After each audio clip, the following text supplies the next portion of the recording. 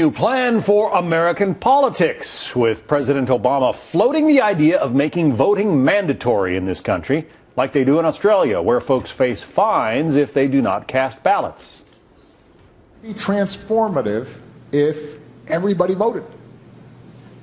That would counteract money more than anything. If everybody voted,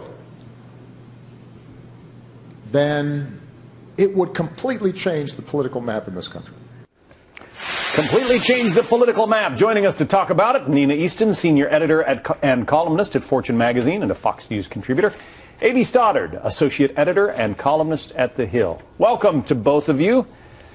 Completely change the political map, Nina. Is he talking about putting more Democrats in power? I mean, there are more registered Democrats in this country than Republicans, so if you make voting mandatory, presumably you get more Democrat politicians. Well, of course. And don't we love hearing something that should be an honor in a democracy becoming a mandate from Washington? How great is that? But this is based on two canards that this president cited in that same speech. One is that, quote, as he puts it, some folks prevent people from voting, which, of course, is a reference to voter ID laws in states. It's ridiculous that people don't have to have IDs to vote. You have to have an ID to work. You have to have an ID to check into a doctor's office, and by this continued argument that you shouldn't have to have an ID is just ghettoizing some people. And the second canard is this question of big money in politics, and it supposedly skews politics so much. Well, this president used super PACs and other forms of independent expenditures to win re-election in 2012. That helped him. So it's not like it skewed politics in that election. A.B., does he really think this is going to happen? I mean, I'm kind of curious as to why he brings this up now. I think he would like it to happen. I don't think it's going to catch fire. I don't think it's going to happen, but I think he would like it to happen. And the reason is President Obama believes that Democrats would win in great numbers, and if everyone was forced to a vote.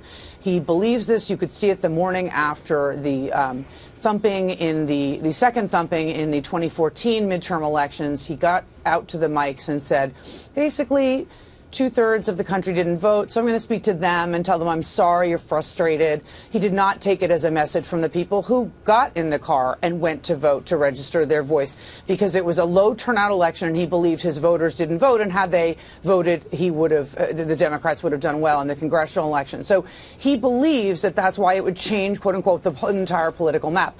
I'm for getting rid of big money in politics. I don't like it when Democrats and Republicans use it, but this is probably not going to be our path forward.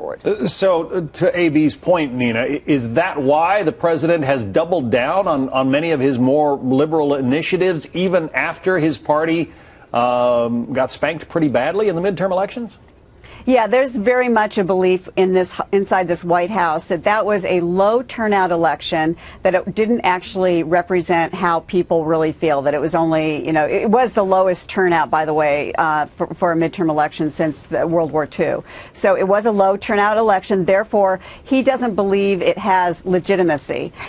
Keep in mind, though, presidential elections are much higher. That's way over 50% of voters vote. We'll see what happens come November of 2016. Yeah. Bigger numbers ahead, almost certainly. Nina Easton, A.B. Stoddard, thank you both.